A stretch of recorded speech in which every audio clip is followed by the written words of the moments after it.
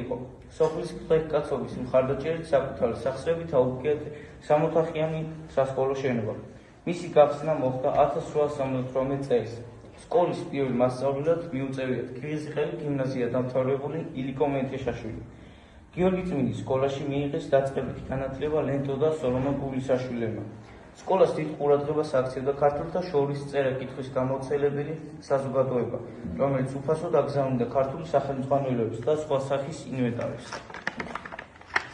1921 წლიდან საქართველოში საბჭოთა ხელისუფლების დამყარების შემდეგ მოსწავლეთა კონტინგენტი მნიშვნელოვნად გაიზრდება. ძველი სასკოლო შენობას მიაშენეს 4-ოთახიანი ახალი სკოლის შენობა. მშენებლობა 1912 წელს დამთავრდა. იმავე წელს 4-წლიანი სასწავლებელი გადაკეთდა 7-წლიან სკოლად. იმავე წლის 4-წლიანი სასწავლებელი გადაკეთდა 7-წლიან სკოლად. მოსწავლეები 7 კლასის დამთავრების შემდეგ სწავლას საგარეჯო საშუალო სკოლაში აგრძელებდნენ. 1952 წელს გიორგი წმინდის საშუალო სკოლად მოიხსენიება, რომელიც 1958 წლამდე არსებობდა. 1958 წლიდან კი ისევ 8-წლიან სკოლად გადაკეთდა.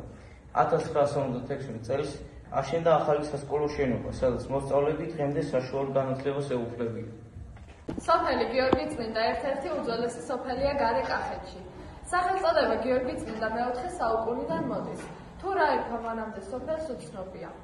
წერლის საზოგადო მოღვაწის და ისტორიკოსის ალექსანდრე ელერდაშვილის აზრით, წმინდა გიორგის თავი დაკრძალულია თვალთავის წმინდა გიორგის ეკლესიაში. სოფლის სიძველესა და მოსახლეობის ძველ დასახლებაზე მიუთითებს მდიდარი არქეოლოგია.